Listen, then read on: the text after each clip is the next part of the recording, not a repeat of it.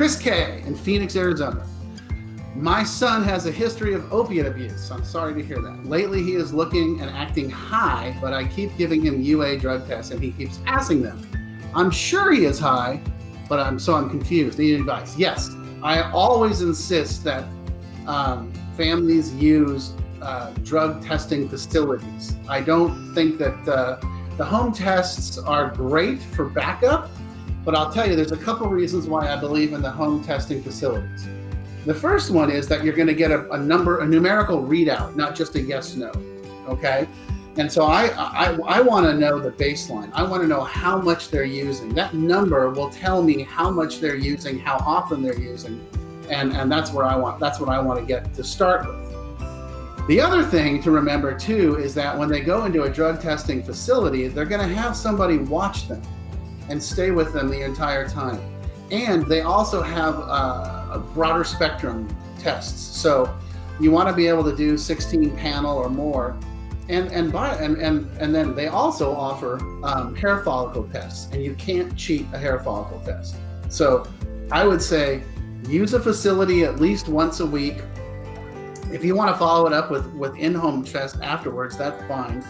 And if you still think he's getting past it, then go to a hair follicle test.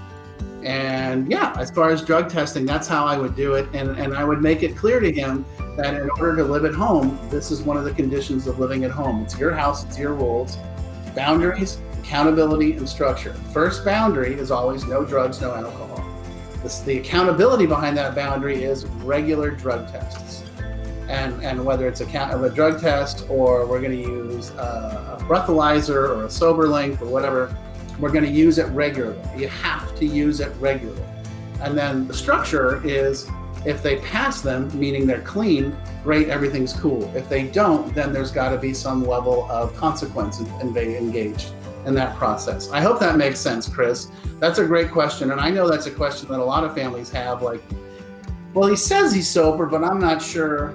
And I just want to make sure. But one of the things I always try to get the families to understand is you have got to get out of the addict management business. Use other people to do it. Use the doctor's office. Use the testing facilities. Don't put that pressure upon you. You can get the results and make a decision based on those results. But, having your own in-home drug testing company or in-home IOP program doesn't work.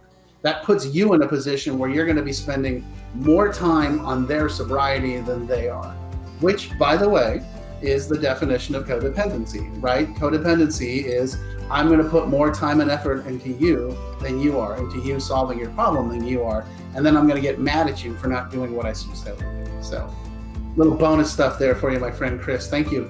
Great question.